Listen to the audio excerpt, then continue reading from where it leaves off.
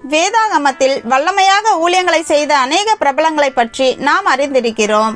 அதுபோல பிரபலமாக பேசப்படாமலும் அவர்கள் பெயர்கள் கூட குறிப்பிடப்படாத அநேக ஊழியக்காரர்களை பற்றியும் நாம் வேதாகமத்தில் பார்க்க முடியும்.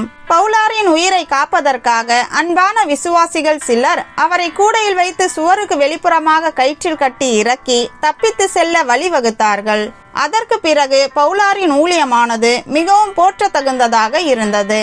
இந்த சிலருடைய பெயர்கள் வேதாகமத்தில் குறிப்பிடப்படாமலும் பிரபலமாக பேசப்படாமலும் இருந்தாலும், திராட்சை தோட்டத்தில் வேலைக்கு அமர்த்தப்பட்டு அனைவருக்கும் ஒரு பணம் கூலி கொடுத்த அந்த எஜமானனை போல இவர்கள் அனைவரும் தேவனுடைய பார்வையில் சமமானவர்களும் விலையேற பெற்றவர்களாகவும் இருக்கிறார்கள். விருட்சத்தை தாங்குகின்ற வேரை போல பெயரையும் புகழையும் விரும்பாமல் மற்றவர்கள் அறியா வண்ணம் மறைந்தே கிறிஸ்துவின் பணியை செய்து சபையை தாங்கின இவர்களைப் போல கர்த்தருடைய நாமத்திற்காக நாம் செய்யும் சிறு சிறு ஊழியங்கள் மற்றோருடைய பார்வைக்கு அற்பமாக காணப்பட்டாலும் தேவனுடைய பார்வையில் விலையேற பெற்றதாக இருப்பதால் நமக்கான ஊழியங்களை நாம் உற்சாகத்தோடு செய்வோம்.